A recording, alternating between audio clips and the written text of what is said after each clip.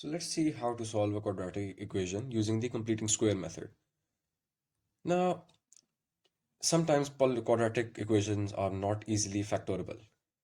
As you can see here in this example, we have minus 437. This is not easily factorable. So we will use the completing square method here. Now there are certain steps we must follow for the completing square method.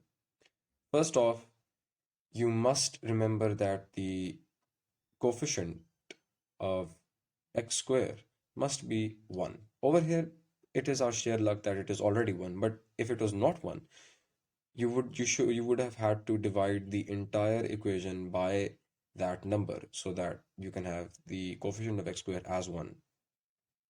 Now, the most second thing to remember is that you will divide the exponent, you will divide the coefficient of the x term by 2, as we've done here. And you'll take 2 outside so that it cancels out. So you'll put this in this form, and then you'll take the c term here and you'll put it on the right hand side. So minus 437 becomes plus 437. So after doing those three things, you get this here.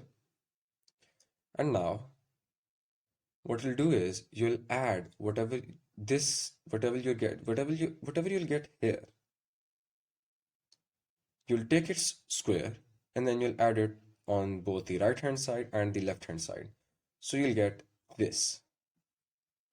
As you know, 4 over 2 becomes 2, and you'll take the whole square and that becomes basically this. It becomes 2 square. So you'll add 2 square on both sides.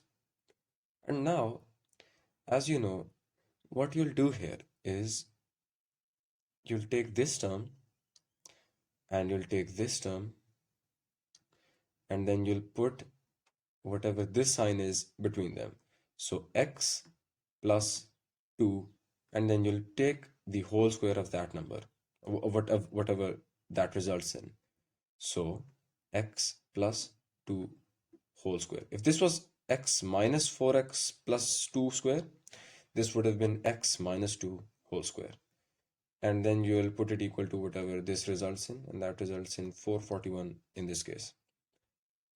So you'll take square root on both sides to get x plus 2 is equal to plus minus 21. So this will result in x is equal to 19 or x is equal to minus 23, depending on if you take 21 as positive or if you take 21 as negative. So if you take 21 as positive, it will give you 21 minus 2, which is equal to 19. Or if you take 21 as negative, that will give you minus 21 minus 2, which is equal to minus 23. That's it.